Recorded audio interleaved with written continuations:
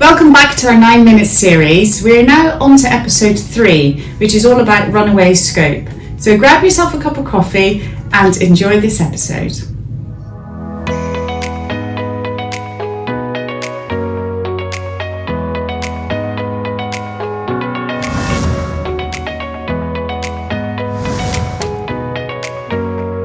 How do you define the scope of a transformation program? So defining scope of a transformation program is really critical for success, and it has to happen at the beginning. In whatever shape of project you're doing, that upfront work is probably the most important investment you can make in the analysis phase to minimize your chances of going down that route. It's not pretty, and there's always a desire to kind of quickly get into let's build something, because that's where it looks like tangibly something's happening. Most of us are lucky enough to have a lot of good ideas come to us, particularly in project functions, but it's sorting out the good ideas from the ones that actually will make a real difference. I think with any transformation project or program, you are bound to have scope creep. That's inevitable. I mean, it's with every single project. No project runs smoothly. But you have to sit down and really map it out right from the get-go. And that means getting your stakeholders in the room to really understand why we're doing this and how we're going to do it. And writing that down, making sure we know roles and responsibilities are clear, making sure we know the steps that we need to achieve success, and making sure we know who and what is going to be involved to get there. And unless you do that, you will massively overrun, you'll massively go out of scope, and you can't monitor it. And no one's going to be happy at the end. Whereas if you're monitoring it, and you've got it right at the beginning, then you're going to have a fighting chance of getting it through and getting it right. How can agreeing project principles early help? The trick is probably to have a really small number of them, maximum 5 or 6 that, in plain English, that people can understand. And it's then important for that steering group to really buy into them and to then use them with their teams. It can't just be something that's pushed out by a program director on a slide. It needs to be something ultimately that's lived and breathed and manifests itself in the way that each of those steering group members is leading their team. I mean, when I started here, there was a number of people were calling them projects, but they didn't have a finish. How can you have a project if you don't have a finish? It's just, to me, that's an initiative or a everlasting process. So it's, really, really basic stuff. What's the start date? What's the finish date? As we talked earlier, what's the scope? What are the deliverables? So it's the classic. Is it that cartoon with what the project manager what the sponsor wanted, what the developer wanted? It's everyone's got a whole different idea, so it is important to get everyone on that same page. I would understand what it is you're trying to achieve. So let's say we're trying to put a new customer system in that's got supply chain in it. So the first question for me is, do we actually understand how we operate the business today? Have we got a good grasp of our processes before we go anywhere near an agile or a fit to standard? Bad stuff of scope creep is that something will never be delivered. I've seen projects like that. You as the team delivering it are annoyed. The customer is peed off as well. They don't get what they want. One of the key things is strong discipline within the business to actually control that scope, because it doesn't really matter which method you use. Everybody will try and ask for more. And, having strong process owner network that will actually keep it in control is key to that. If you go with a huge thing, people, are not really sure, but if you go with a pilot or something smaller, a little bit more affordable, a little bit more doable, eat the elephant in lots of little chunks.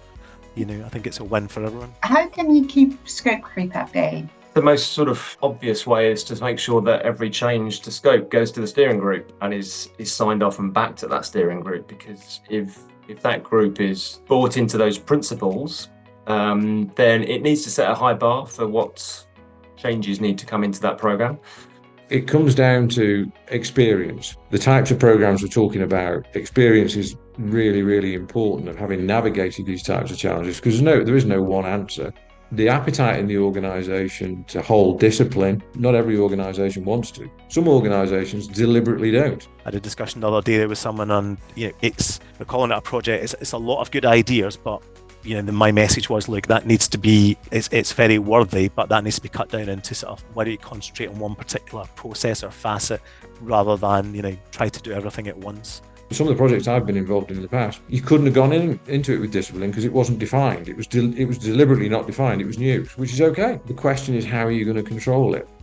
And it might be time, it might be money. How, the technical people operate with the process type people and requirements type people is key, whether that's the internal team or whether it's a partner. That obviously comes down to What was the objective in the first place? Have we got the governance set up to manage that type of problem? Because it is a problem. It happens every time. How do you manage the scope creep?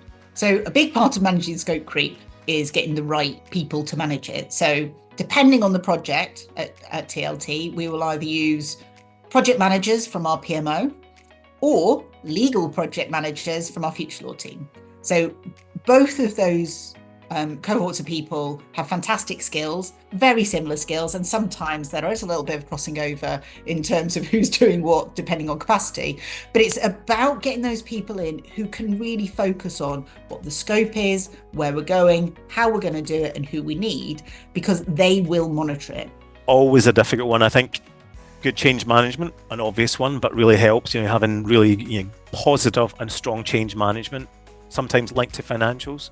Well, we can change that, but it will cost this.